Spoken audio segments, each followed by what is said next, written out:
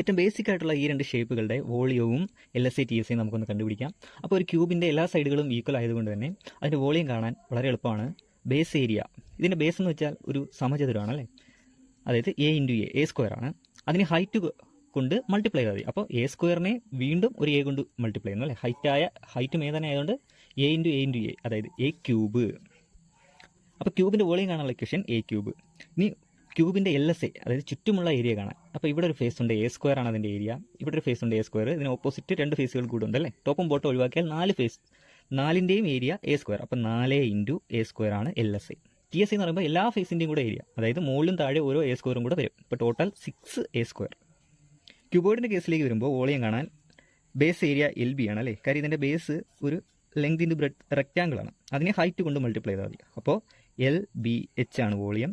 LSA കാണാനുള്ള equation എന്ന് വെച്ചാൽ ഇതാണ്ട്, ഇവിടെ ഒരു LH ഉണ്ട്, ഇവിടെ ഒരു BH ഉണ്ട്, പിന്നെ ഓപ്പോസിറ്റ് ഒരു LH ഉണ്ട്, ഒരു ഓപ്പോസിറ്റ് ഒരു BH ഉണ്ട്. അപ്പോൾ ടോട്ടൽ 2 × എത്ര LH? 2 LH ഉണ്ട് അല്ലേ. അപ്പോൾ അതുകൊണ്ടാണ് 2 ഇങ്ങ് പുറത്തെടുത്തത്. അപ്പോൾ 2 LH പ്ലസ് 2 BH. സോ 2 ഇങ്ങ് പുറത്തെടുത്താൽ 2 × LH പ്ലസ് BH എന്ന് എഴുതാം, അല്ലെങ്കിൽ 2 LH പ്ലസ് 2 BH എന്ന് വേണമെങ്കിലും എഴുതാം.